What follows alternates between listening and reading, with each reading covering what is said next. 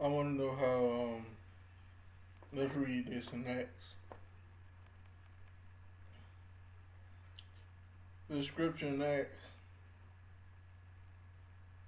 talks about who is this? Paul? No, Peter. Acts 20:7-12. Him raising someone up from the dead. Let's talk about it. And let's see. Is this the scripture? No, wrong scripture.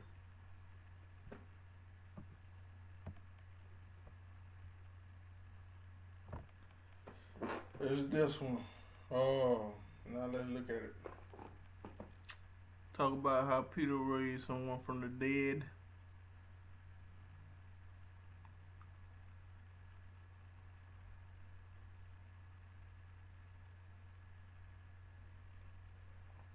It says, woman named Tabitha. But Peter put them all aside and knelt down and prayed and turned to the body and said, Tabitha, arise. And she opened her eyes, and when she saw Peter, she sat up. So she was dead. Let's look at it.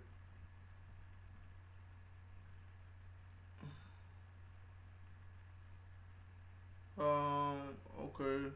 She was full of good works and acts of charity. In those days, she became ill and died. Now let's go to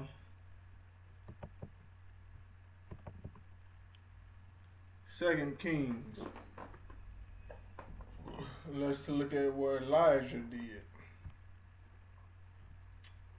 He raised someone from the dead too, but he said right here, and he went up and laid upon the child and put his mouth upon his mouth, and his eyes upon his eyes, and his hands upon his hands.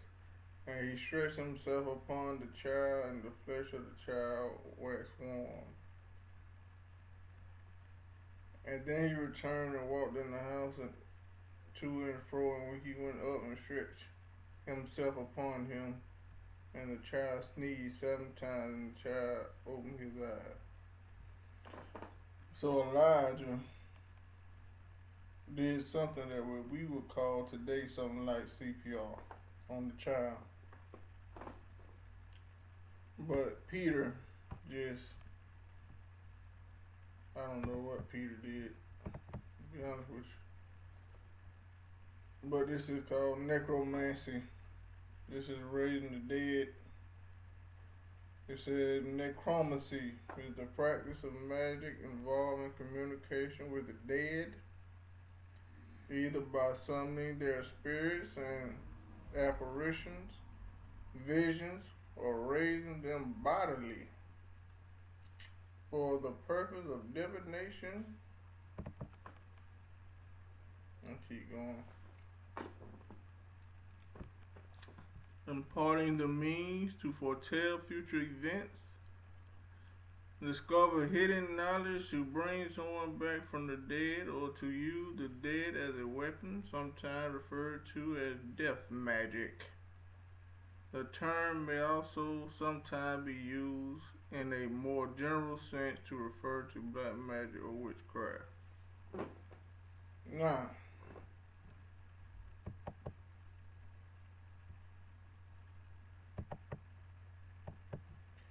let's go here. Was Jesus raised bodily from the dead? There are some who believe that Jesus did not have a resurrected body but was only a spirit. However, the scripture is very clear on the issue. The resurrection of Jesus was in the bodily form. Early in his ministry, Jesus predicted that he would come back from the dead in a body, he said. So now, this tells you the similarities between the earthly and resurrected body. People recognize him after his resurrection. Jesus talked with people after he was raised from the dead. Jesus invited people to touch him. Jesus showed his scars to the disciples. Now, my whole question is who raised him from the dead? Because it was always the second person. You see what I'm saying? How did he just jump up out of the grave like that? This is what I don't understand.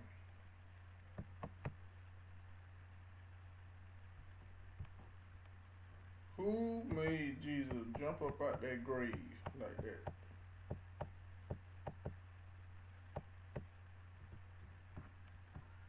Mm-hmm.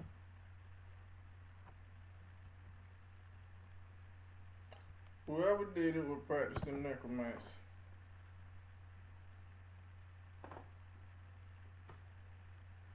So every time you pray to the spirit of the dead, this is necromancy.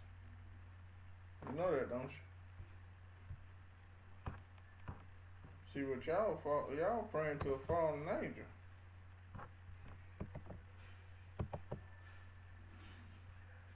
Mm-hmm. Fallen angel Christ. That's who y'all praying to. Elijah had to put his mouth on the child mouth, something like CPR, and raise him up that way. Elijah, I mean Peter, where is Peter? Um, and knelt down and prayed and turned to the body and said, Tabitha, arise. And she opened her eyes, and when she saw Peter, she sat up. So, um, Peter, all he had to do was pray, and the woman that was dead just came alive. Ain't that something? What in the world is going on with that? Why isn't that not happening today with these so-called disciples of the church? Why are they not doing that today? That's some type of necromancy.